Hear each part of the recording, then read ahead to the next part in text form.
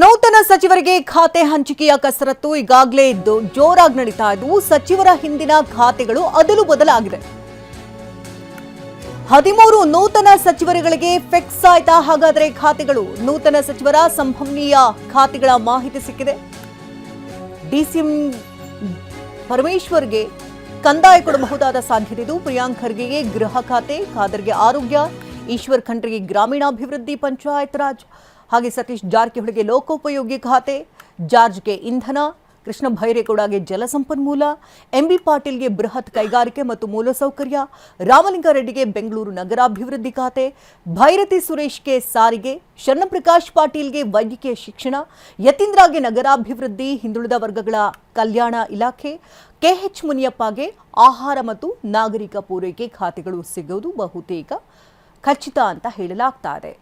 ನೂತನ ಸಚಿವರಿಗೆ ಖಾತೆ ಹಂಚಿಕೆಯ ಕಸರತ್ತಿಗಾಗಲೇ ದೊಡ್ಡ ಮಟ್ಟದಲ್ಲಿ ನಡೀತಾ ಇದ್ದು ಈ ಹಿಂದೆ ಇದ್ದಂಥ ಖಾತೆಗಳು ಈಗ ಅದಲು ಬದಲಾಗ್ತಾ ಇದೆ.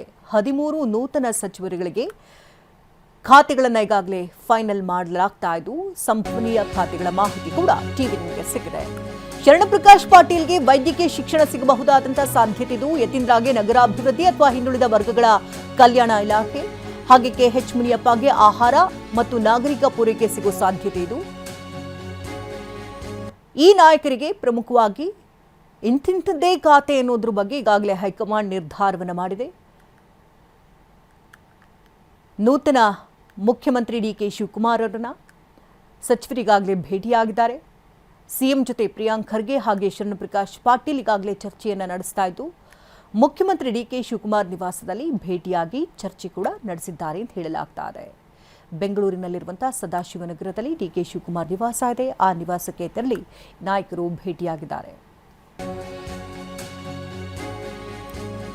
ಸಿಎಂ ಡಿಕೆ ಶಿವಕುಮಾರ್ನ ಭೇಟಿಯಾಗುತ್ತಿದ್ದಾರೆ ನೂತನ ಸಚಿವರು. ಸಿಎಂ ಜೊತೆಗೆ ಪ್ರಿಯಾಂಕ್ ಹಾಗೆ ಶರಣಪ್ರಕಾಶ್ ಪಾಟೀಲ್ ಚರ್ಚೆಯನ್ನ ನಡೆಸ್ತಾ ಇದ್ದಾರೆ. ಡಿಕೆ ಶಿವಕುಮಾರ್ ಅವರ ನಿವಾಸದಲ್ಲಿಯೇ ಚರ್ಚೆ ಆಗ್ತಾ ಇದ್ದು ಬೆಂಗಳೂರಿನಲ್ಲಿರುವಂತಹ ಸದಾಶಿವನಗರದಲ್ಲಿರೋ ಡಿಕೆ ಶಿವಕುಮಾರ್ ನಿವಾಸ. ಸಿಎಂ ಡಿಕೆ ಶಿವಕುಮಾರ್ ಭೇಟಿಯಾಗಿದ್ದಾರೆ. ಬೋಸರಾಜ್ ಹಾಗೆ ಲಕ್ಷ್ಮಣ್ ಸವದಿ ಕೂಡ ಈಗಾಗಲೇ ಇವರಿಬ್ಬರು ನಾಯಕರು ಕೂಡ ಡಿಸಿಎಂ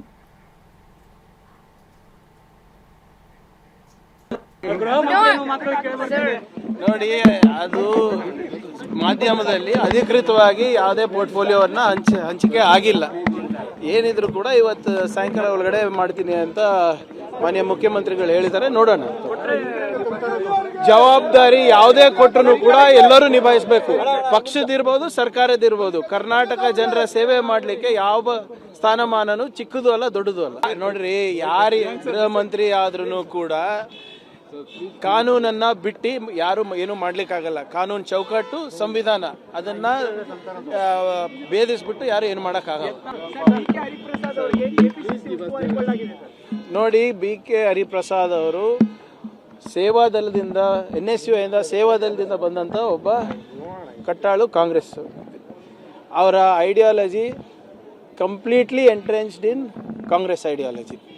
ಆಮೇಲೆ ಅವರು ಹಲವಾರು ಹುದ್ದೆಗಳನ್ನು ಅಲಂಕರಿಸಿದ್ದಾರೆ. ಒಬ್ಬ ಸಾಮಾನ್ಯ ಕಾರ್ಯಕರ್ತರಿಂದ ಹಿಡ್ಕೊಂಡು ಇವತ್ತು AICC ಜನರಲ್ ಸೆಕ್ರೆಟರಿ, ಅವರ ಗುಜರಾತಿಂದ ಹಿಡ್ಕೊಂಡು ಅಸ್ಸಾಂ ತನಕ ಅವ್ರದ್ದು ಎಕ್ಸ್ಪೀರಿಯನ್ಸ್ ಇದೆ. ಹರಿಯಾಣದಿಂದ ಹಿಡ್ಕೊಂಡು ಕರ್ನಾಟಕ ತನಕ ಅವರ ಎಕ್ಸ್ಪೀರಿಯನ್ಸ್ ಇದೆ. ಖಂಡಿತವಾಗೂ ಅವರ ಒಂದು ಅನುಭವಗಳೇನಿದೆ ನಮ್ಮ ರಾಜ್ಯಕ್ಕೆ ಉಪಯೋಗ ಆಗುತ್ತೆ, ನಮ್ಮ ಸಂಘಟನೆಗೆ ಉಪಯೋಗ ಆಗುತ್ತೆ. ಸೊ ಇದು ಭಾಳ ಸಂತೋಷದ ವಿಷಯ. ಒಬ್ಬ ಸಾಮಾನ್ಯ ಕಾರ್ಯಕರ್ತ ಇವತ್ತು PCC ಅಧ್ಯಕ್ಷರಾಗಿದ್ದಾರೆ ಅಂದರೆ ಇವೆಲ್ಲ ಹೆಮ್ಮೆ ಪಡುವಂಥ ವಿಚಾರ. ಅವ್ರಿಗೆಲ್ಲರಿಗೂ ಬೆಂಬಲವಾಗಿ ನಾವು ನಿಂತಿದ್ದೇವೆ. ನೋಡಿ, ಅವರು ಯಾವುದೇ ಜವಾಬ್ದಾರಿ ಕೊಟ್ಟು ಮಾಡ್ತೀನಿ ಅಂತ ಹೇಳಿದರು. ಈಗ ಒಂದು ಜವಾಬ್ದಾರಿ ಅವ್ರಿಗೆ ಕೊಟ್ಟಿದ್ದಾರೆ, ಒಂದು ಜವಾಬ್ದಾರಿ ಇವ್ರಿಗೆ ಕೊಟ್ಟಿದ್ದಾರೆ. ಅದರಲ್ಲಿ ನೀವೇ ಗೊಂದಲ ಸೃಷ್ಟಿ ಮಾಡೋದು. ಅಲ್ಲೇನೂ ಗೊಂದಲ ಇಲ್ಲ ನಮ್ಮ ಪಾರ್ಟಿನಲ್ಲಿ. ನಿರೀಕ್ಷೆ, ನನಗೂ ನಿರೀಕ್ಷೆಗಳು ಬಹಳ ಇರ್ತವೆ ಸರ್.